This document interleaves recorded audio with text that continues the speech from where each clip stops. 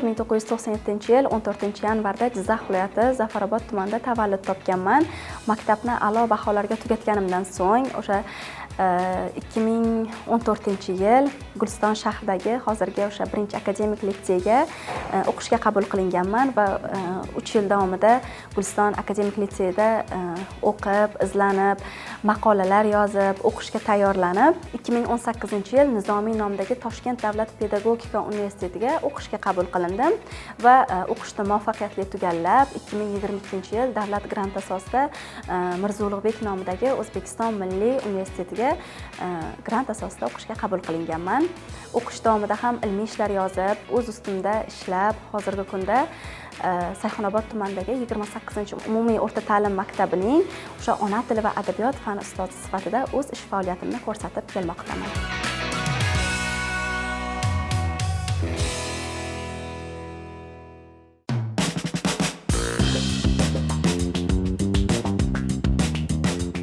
Bolalar qalbiga yo'l topgan ijodkor. Bolalar adabiyoti eng oson yoziladi deyishadi. Aslida ham eng qiyini shu. Chunki bola qalbini aldash mumkin emas. U rostlikni his qiladi. E'zoza Olimova esa ana shu samimiyatni ushlab qolgan yosh ijodkorlardan biri. So'z qudratini his etgan ijod sohibasi E'zoza Alimova u Sayxunobod tumanida tug'ilib, shu zaminda voyaga yetdi. Oddiy oila muhiti, kitob hidi anqib turgan xonadon uning ijodiy parvozida ilk qanot bo'ldi. E'zoza bolaligini eslar ekan, samimiylik bilan shunday deydi. Otam bozorga borsalar, hech qachon kitobsiz qaytmas edilar. Doimo bolalar uchun nashr qilingan kichik-kichik ertaklar, she'riy kitoblar olib kelar edilar. Biz esa singillarim bilan kim birinchi kitob o'qiydi deb bellashardik deydi. Ana shu muhit, ana shu kitoblar uning qalbida adabiyotga muhabbat uyg'otdi. Kitob uning bolalik sirdoshi, orzular qanoti, xayollarni rangga bo'yangan mo'jizasi edi. Adabiyotni sevgan inson, adabiyot bilan shug'ullangan inson har doim va hamisha kitob o'qishni, she'r yozishni juda ham yaxshi ko'radi. Yoshligimda onam har doim menga ko'plab kitoblar olib kelib berardi. Allalarida ham bolalar adabiyotiga oid she'rlarni, hikoyalarni, ertaklarni o'qib berardi va mana shu yo'sinda men ham kunlardan bir kuni bolalar adabiyotiga oid kichkina bir she'r yozgandim, Tabiat nomli, va mana shu she'rimni ona til ustozimga ko'rsatdim. Ular juda ham maqtadilar. Va 5-sinflik paytimdayoq rahmatli ustozimiz Xudoyberdi To'xtaboyev maktabimizga tashrif buyurgandilar. Orangizda ijod qiladigan, umuman olganda she'r yozadigan iqtidorli yoshlar bo'lsa, asarlaringizni menga taqdim qilishingizni so'rab qolaman deya takrorlagandilar. Ochiqni aytadigan bo'lsam, bunday buyuk yozuvchining e'tiboriga, e'tirofiga tushaman deb hech qachon o'ylamagandim va ikkilanishsiz she'rlarimni o'sha zahotiyoq yozib berib, ustozni qo'liga tutqazdim. Oradan birozgina vaqt o'tgandan so'ng ustoz menga telefon orqali bog'lanib, she'rlaringiz juda ham ajoyib ekan, bizga yoqdi va Gulxan jurnalida chop ettirmoqchimiz, chiroyli suratingizni ham tashlab bersangiz qizim deya aytgandilar. Hozir mana shu holatni eslasam, hali ham yuraklarim entikib, hayajonga to'lib ketaman, chunki biz o'sha paytlarim obuna bo'lib bu jurnalni juda ham sevib o'qir edik-da va mana shu o'zim o'qib yurgan jurnalda mening ham she'rlarim chiqadimi deya butun mahallamdan suyunchi olib hammaga aytib chiqqanman va mana shundan keyin asta-sekinlik bilan onam do'konga yoki bozorga borsalar, otammi, qarindoshimiz, buvimlar farqi yo'q. Hammaga o'sha kitoblarni muallifi bilan aytib, mana shu kitoblarni olib kelishini va ularni o'qib, ilhomlanib she'rlar yoza boshladim va baribir oilada, ayniqsa qiz bolaga mehr va e'tibor kerak deydi. Chindan ham ota-onam qo'limdan yetaklab, Azmi poytaxtga olib borib, yozuvchilar uyushmasida ko'plab ijodkorlar bilan meni tanishtirib, umuman olganda adabiyotga bo'lgan qiziqishim sekin va asta mana shu yo'sinda paydo bo'lgan. E'zoza Alimova bolalar uchun yozishni boshlar ekan, eng avvalo samimiylik va beg'uborlikni saqlab qolishni maqsad qildi. U bolalar tilida gapiradi, ularning his-tuyg'ularini anglaydi. Shuning uchun ham uning she'rlari, topishmoqlari hamda tez aytishlari bolalar orasida tez ommalashdi. Bolalar adabiyotida shug'ullangan ijodkor necha yosh bo'lishidan qat'iy nazar uning qalbi avvalambor sof, toza va bola bo'lishi kerak deydi. Chindan ham ijod qilganimda haqiqatdan ham u narsa haqiqiy, qanaqadir ma'noda real chiqish uchun kichkinalik paytim bog'chalarga borib ham o'sha bolalarning holatini kuzatganman. Chunki qalbidan, tanasidan o'tkazsa inson mana shu narsalar haqiqiy bo'lib chiqadi. Bolalarning suhbatiga ko'proq quloq tutardim va ko'pgina mana shu adabiyotga oid kitoblarni o'qiganligim uchun bolalar adabiyotiga haqiqatdan ham mehr qo'ya boshladim. O'zim she'rlar yozdim, bolalar adabiyotiga oid ko'plab kitoblarni o'qidim va hayotimda bir ajralmas bo'lagimga aylanib qolgan bir tana a'zoyimga aylandi bu adabiyot. Nimagaki men ham mana shu katta bir adabiyot degan ulkan bog'ga o'zimni hissamni qo'shishim kerak. Nafaqat O'zbekistondagi ijodkorlar, balkim o'zbek bolalar adabiyotini butun dunyoga ham tanitish eng katta niyatim degan bir katta maqsadni oldimga qo'ygandim va sekin-asta mana 2022-23-yillar o'sha Qozog'iston davlatlarida bo'lgan xalqaro tanlovlarda ham mana shu yo'nalishlarda ijod qilib o'z namunalarim bilan ko'plab yutuqlarga ham erishib kelmoqdamiz. Xudo xohlasa o'zimga o'zim katta maqsad deymiz, katta orzu qo'yganman. Mana shu bolalar adabiyoti bo'yicha Nobel mukofotlarini ham olib, o'zbek bolalar adabiyoti qanday kuchga ega ekanligini butun dunyoga ko'rsatib qo'ymoqchiman. Albatta, E'zoza Alimovaning ijod namunalari hatto 5-sinf o'zbek tili darsligiga kiritilganligi yosh ijodkor uchun katta yutuq. Darslik sahifalarida uning she'rlari va topishmoqlari joy olgani bolalar uchun ham, ustozlar uchun ham quvonarli hol. Masalan, Guli go'zal guldastalardan gullar yasadi. Qosimning 40 qovuni qishda qotib qoldi. Umidaning ukasi uzumzordan uzum uzdi kabi tez aytishlari bolalar nutqini rivojlantirish barobarda ularni quvontirib, qiziqish uyg'otadi. Bu misrlarda esa o'yin ham bor, o'quv ham bor, bolalarcha zavq ham bor. Hozirgi kunga qadar 14 ta kitobimiz nashrdan chiqqan. Bularning ichida ilk she'riy kitobim 2014-yil Bilmasvoyning bahosi nomli kitobim chiqqan va 20 ming nusxada O'zbekiston xalq yozuvchisi rahmatli ustozimiz Xudoyberdi To'xtaboyevning sharaflari bilan davlat granti asosida chop etilgan va undan so'ng Onajonim, Sirdaryo g'unchalari, qolaversa Nur ustiga a'lo nur, xushxabar va eng quvonarlisi 2020-yil o'zbek tili maktab darsligining 5-sinfiga ham Topishmoqli she'r nomli she'rim, to'g'riroq aytadigan bo'lsak, Topishmoqli she'r nomli she'rim ham ushbu maktab darsligidan joy olgan va undan so'ng ko'pgina she'rlarimiz bosmadan chiqdi. Turkiya davlatlarida, yuqorida aytgandek, Xitoy davlatlarida, Hindistonda ham she'rlarimiz o'zbek tilida va ularning tilida, hind tilida, xitoy tilida, turk tilida tarjima qilinib, almanahlardan o'z o'rniga mos ravishda o'rin egalladi. E'zoza Alimova nafaqat mahalliy, balki respublika va xalqaro miqyosda ham e'tirof etilgan ijodkor. Uning erishgan mukofotlar ijodiga berilgan yuksak baho, mehnat va iste'dodning e'tirofi hisoblanadi. Shu bilan bir qatorda ijodiy salohiyati xalqaro miqyosda tan olinganini anglatadi. Yosh ijodkor uchun bu nafaqat sharaf, balki katta mas'uliyat hamdir. Bu yutuqlar esa yoshlar uchun katta motivatsiya manbaidir. E'zozaning ijod yo'li yoshlar uchun ibrat maktabi bo'la oladi. Sayxunobodning oddiy qizidan xalqaro mukofotlar sohibasiga aylanish bu orzu, mehnat va sadoqat samarasidir. U bolalar qalbiga yo'l topish orqali jamiyat kelajagiga hissa qo'shmoqda. Uning ijodi bolalarni o'ylashga, izlanishga, so'zni sevishga o'rgatadi. Xalqaro miqyosda olganda Osiyo mamlakatlari ichida bunday sharafli va nufuzli mukofotni olish har bir insonga katta bir sharaf va mas'uliyat bag'ishlaydi. Men ham ushbu mukofotga hujjatlarimni topshirdim va onlayn o'sha masofalar hamda ozgina kamchiliklar bo'lganligi uchun, ya'ni karantin paytlariga to'g'ri kelib, ular 2-3 yildan beri mana shu mukofotga hujjat topshirish ancha murakkabroq ekan va men ham hujjatlarimni topshirdim. She'rlarim ko'pgina ijodkorlar, xalqaro miqyosdagi ijodkorlar tomonidan ham qanaqadir ma'noda g'alvirdan o'tdi. So'ngra menga shunday o'sha xat keldi, Zoom orqali o'sha savol-javobda ham faol qatnashib, agar ularning o'sha bergan savollardan, topshiriqlardan to'g'ri miqyosda o'ta olsam va mana shu mukofot laureati bo'lishligim va tinimsiz 3 kun davomida bu mukofotning o'sha savol-javob bosqichlari, adabiyot bo'yicha o'z bilimlarimiz, nafaqat o'zbek adabiyoti, balki o'sha jahon adabiyoti bo'yicha ham bilimlarimiz saralandi va hammasiga javob berdim. O'zim ko'pgina tillarni bilish bugungi kunda ham yoshlarimizda juda ham eng yaxshi bir yutuq hisoblanadi. O'sha she'rlarimni ingliz tiliga tarjima ham qilgandim, qo'ldan kelguncha ularni o'qib berdim va shu yo'sinda 2023-yil Abay nomidagi xalqaro mukofot laureati degan mukofotni ham qabul qilib oldim va undan so'ng ular shunday imkoniyat berdiki, bolalar adabiyotini butun dunyo bolalarining qalbi, fikrlashi hammasiniki bir xil bo'ladi. U o'zbek bolalarimi, jahon miqyosidagi bolalarning qalbi hamisha sof va ezgu deya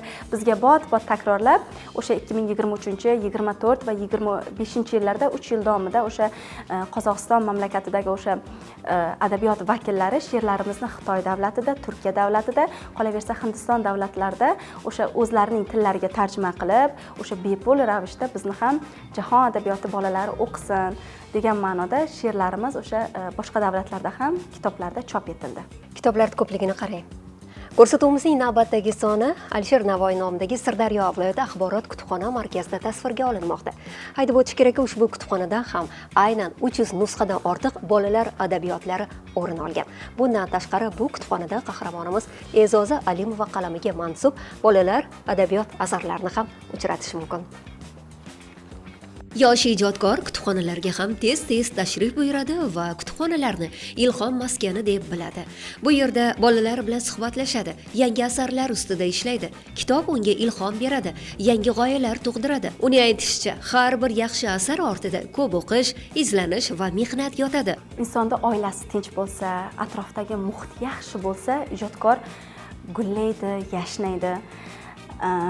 Ota-onam har doim meni qo'llab-quvvatlagan, imkon boriga qadar o'sha davlat mukofotiga hujjat topshirgan paytlarim tungi soat 12largacha o'sha hujjatlarimizni saralab, qaysi jurnalni birinchiga qo'yamiz, qaysi kitobimizni qo'yamiz.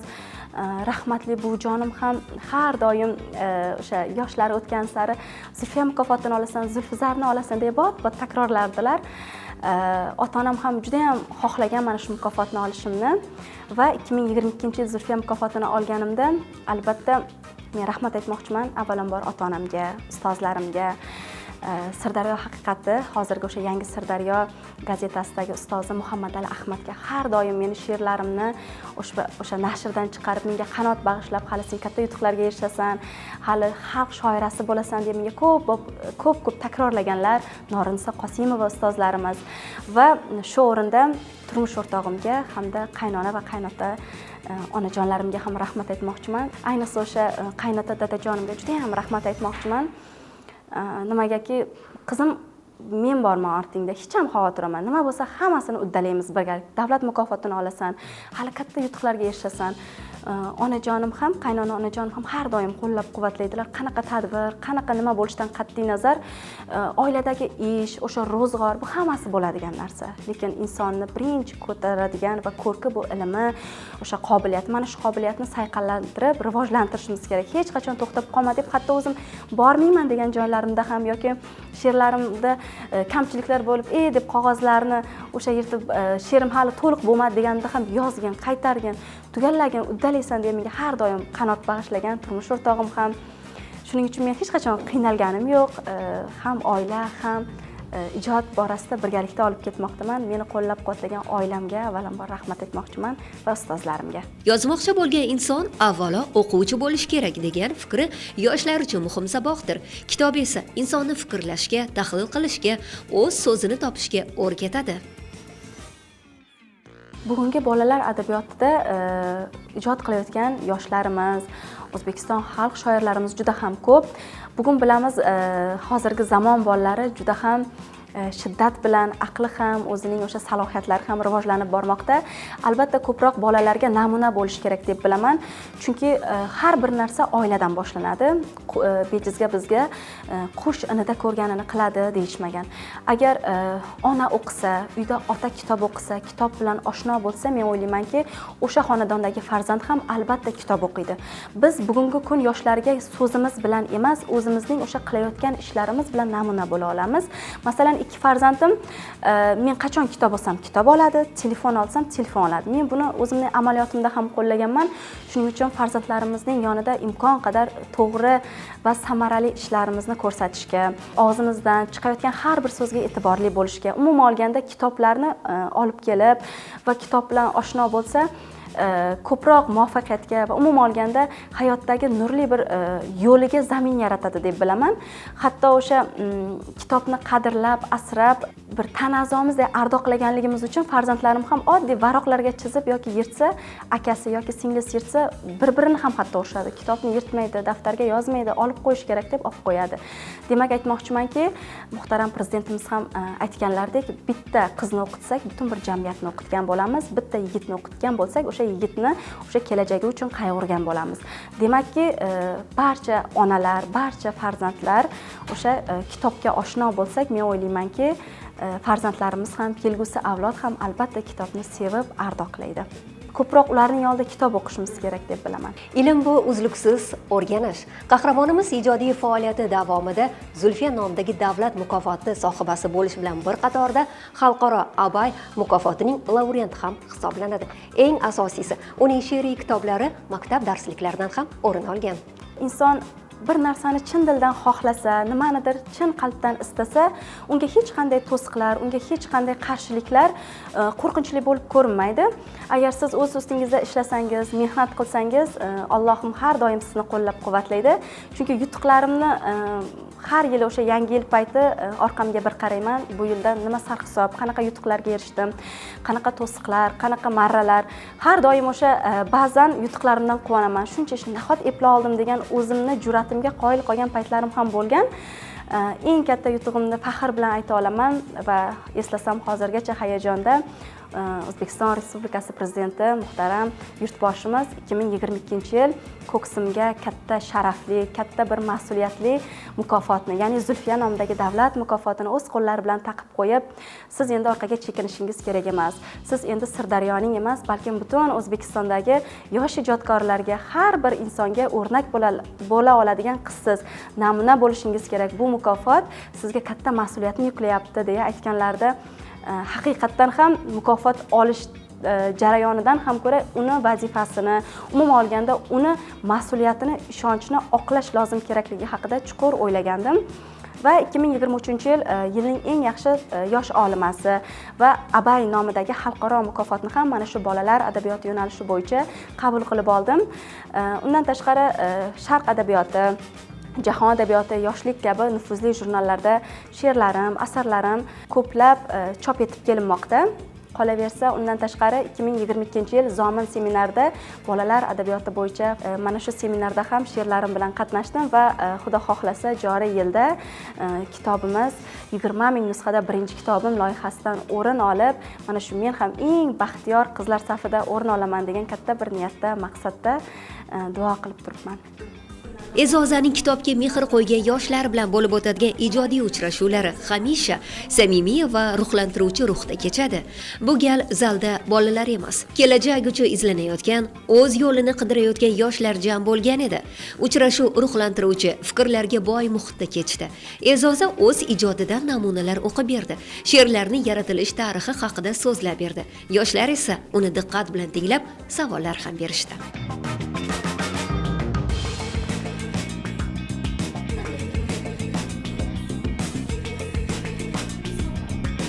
Yuqorida aytgandek, mening she'rlarimda o'xshatishlar, sifatlashlar ko'proq, lekin ko'proq jonli, o'zimni hayotimdan, o'zimni boshimdan o'tkazgan hodisalarni yozaman. O'sha kichkinalik paytimiz o'zbek xalqi bilasiz, mehmondo'st xalq, mehmonni yaxshi ko'ramiz.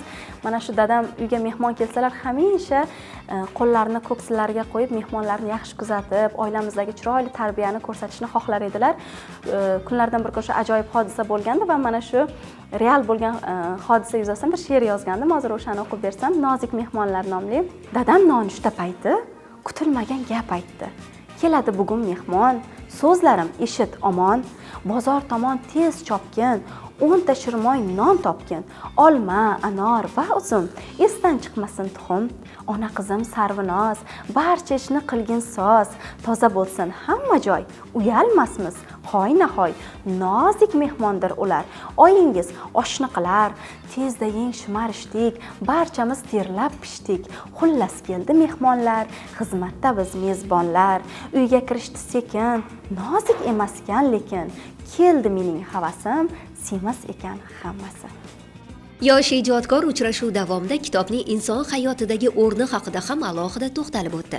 Uning aytishicha, hozirgi zamonda bolalarni kitobxonlikka qiziqtirish oson emas. Ayrim bolalar telefon va kompyuterga bog'lanib qolgan, ammo buni faqat tanqid qilish bilan hal etib bo'lmaydi. Bolalarni kitobga majburlab emas, qiziqtirib olish kerak deydi u biz bilan bo'lgan suhbat chog'ida.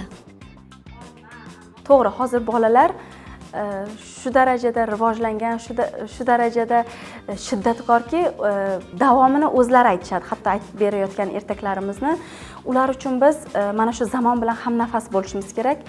Yuqorida aytib o'tganimdek, hozirgi kun bolalar adabiyotiga faqat va faqat o'zimizdagi bor bilimlarni bera olishimiz va o'zimiz namunali bo'la olishimiz kerak. O'zimiz aytgan so'zimizga o'zimiz ularni ishontira olishimiz kerak. Hozirgi bolalarni qanaqadir maxluqotlar kelishi yoki qanaqadir oldida xavf kutib turish bilan alday olmaymiz. Ular har bir narsaga real qaraydi, har bir narsani o'zini qarichi bilan o'lcha oladi. Hatto o'sha 4 yoshli farzandim bemalol o'zini so'zini oilada emin, erkin, xuddi 15 yoshli bolani gapida ayta oladi. Bu o'sha zamonimizning shiddat bilan rivojlangani, bolalarning o'sha biz bilan deyarli bir xil fikrlashda, ular uchun biz demak ulardan ham oldin bo'lishimiz kerak. Namuna sifatida, bilim sifatida, saviya sifatida eng muhimi o'ylayman hozirgi avlodga faqat va faqat kitobni sevish, kitobni ardoqlash kerakligini uqtira olishimiz kerak. Chunki mobil aloqalar, telefon bular bugungi kun yoshlarni juda ham qamrab olyapti. Shuning uchun ba'zida kitob o'qish, kitobxon bo'lish degan narsa esdan chiqib ketyapti. Biz ijodkorlar, biz yoshlar hammamiz birlashib bu narsa uchun keskin ravishda kurashsak, bolalarni ham mana shu adabiyotga qiziqtira olamiz deb o'ylayman. Chunki bitta bola kitobni o'qidimi, u keyin o'qimay qo'ymaydi kitob. Men bilaman, chunki bitta kitobni o'qigan odam yana o'qigisi, yana kitob mutolaa qilgisi keladi. Chunki kitob shunaqa sehrgarki, ushladimi, uni qo'yib yuborgisi kelmaydi odam. Men shunaqa deb bilaman. E'zozaning oddiy oilada ulg'ayib, kitobga muhabbat orqali katta yutuqlarga erishgani yoshlar uchun amaliy misoldir. Bu mehnat, intilish va sadoqat samarasi ekanini u o'z ijodi, hayoti bilan isbotladi. Bu ijodiy uchrashuv yoshlarda yangi maqsadlar uyg'otdi. Kimdir she'r yozishga ilhomlandi, kimdir ko'proq kitob o'qishga qaror qildi, yana kimdir o'z orzusidan voz kechmaslik kerakligini angladi. E'zoza Olimova ular uchun nafaqat ijodkor, balki kuchli iroda va ishonch timsoliga aylandi. Albatta, kitobni sevgan inson o'z yo'lini topadi va ehtimol yillar o'tib yana bir yosh ijodkor sahnaga chiqar. Uning ilk ilhomi esa aynan shu uchrashuvdan boshlangan bo'lar. Bir kunda yuzi qo'ling shuncha tez semirdimi yoki biror sehrgar mo'jizasi sirlimi? Nima yeb, nima ichding? Rostini ayt chiqani. Koshki men ham sen kabi semira olsam g'ani. Ko'p havas qilma do'stim, mening semirganimga, bilsaydingiz sanchildi qo'l oyog'i tanimga. Ukam bilan kecha biz o'yinga rosa to'ydik, bilmasdan arilarning g'ashiga tegib qo'ydik. Senga maslahat o'rtoq, arilardan yur yiroq, xafa qilsang arini semirasan bearmon. Kitobni hayotning bir qismiga aylantirish kerak. Ilhom qayerdan keladi? Muvaffaqiyat siri nimada? Zamonaviy davrda kitobxonlikni qanday saqlash mumkin? Ilmishim o'sha o'zbek bolalar adabiyotining ravnaqi to'g'risida. Endi men aytganim hozir badiiy kitobdan mustasno tarzda asosan o'zimda o'sha yo'nalishim bo'yicha ko'proq bolalar adabiyoti va chet el bolalar adabiyotini o'sha adabiyotlarni ham ko'proq o'qib, o'zbek adabiyotidagi o'sha bolalar adabiyoti bilan solishtiryapman. O'rtasidagi farqi, tafovuti, lekin kitob o'qimagan kunimiz bu bizni o'sha eng bir yomon kunimiz deb bilaman-da, chunki qachonki kitob o'qisak, fikrlashimiz, dunyoga bo'lgan muhabbatimiz, umuman olganda shu qadar o'zingizni baxtli his qilasiz. Masalan, menda shunday, agar kitob o'qisam, xuddi bir katta ishni bajargandek his qilaman-da o'zimni. Mana shu kitobni o'qidim, mana shu kitobni o'zim bilan o'zim muhokama qilaman. Nimaga bu qahramonni taqdiri bunday kechdi? Nimaga bunaqa? O'shani ta'sirdan chiqa olmay yuraman. Muhtaram prezidentimiz aytganlaridek, bitta kitob o'qigan bola 10 ta televizor ko'rgan bolani kelajakda boshqarish mumkin. Chindan ham kitobni o'qish, kitobni ardoqlash, kitobxon bo'lish bu men o'ylayman eng katta baxt hisoblanadi. Xulosa qilib aytganda, E'zoza Alimova kitobga mehr qo'ygan, bolalar qalbiga nur ulashayotgan yosh ijodkor. Uning yutuqlari, ijodiy uchrashuvlari va samimiy so'zlari yosh avlodni ilhomlantirmoqda. Kitob uning hayotida qanday o'rin tutgan bo'lsa, u ham kitob orqali minglab bolalar hayotiga ma'no bag'ishlamoqda. Ana shunday ijodkorlar bor ekan, bolalar adabiyotining kelajagi porloq, ma'naviyat osmoni esa musaffo bo'lib qolaveradi. Kelajakdagi rejalarim bisyor. Ko'plab tillarni o'rganishni xohlayman. Baribir o'sha biron bir asarni o'zini tilidagiday his qilib, anglab, tarjimasini emas, aynan uning o'zini o'qisangiz, uning mag'zini o'zingiz ochsangiz, u boshqa narsa deb bilaman. Turk tilini o'rganishni maqsad qilib olganman. Qolaversa, hozirgi kunda inshaalloh yaqin yillarda tayanch doktoranturaga ham o'qishga kirib, olima ayol, filologiya fanlari bo'yicha falsafa doktori degan nafaqat jamiyat uchun, oilam uchun, umuman farzandlarim uchun namunali bo'lishni xohlayman. Inson ba'zida o'zidan o'zi ham faxrlanib turishi kerak. Mana shu ishni qila olaman va qila oldim degan. Va mana shu o'zimdan o'zim faxrlanishim, ota-onamning menga bergan bilimini, tarbiyasini, qolaversa muhtaram prezidentimizning biz yoshlarga bor mehrini, otalarcha har bir imkoniyatni yaratib berganliklari uchun mana shu labbay degan javobni biz ham berishimiz kerakligi eng oliy maqsadim. Buning uchun albatta izlanishimiz, o'qishimiz, nafaqat sportchilar, balki biz adabiyot yo'nalishida ijod qiladigan barcha insonlar ham jahon adabiyotlarida o'zimizni ko'rsata olishimiz, o'zimizni so'zimizni ayta olishimiz mumkin deb bilaman.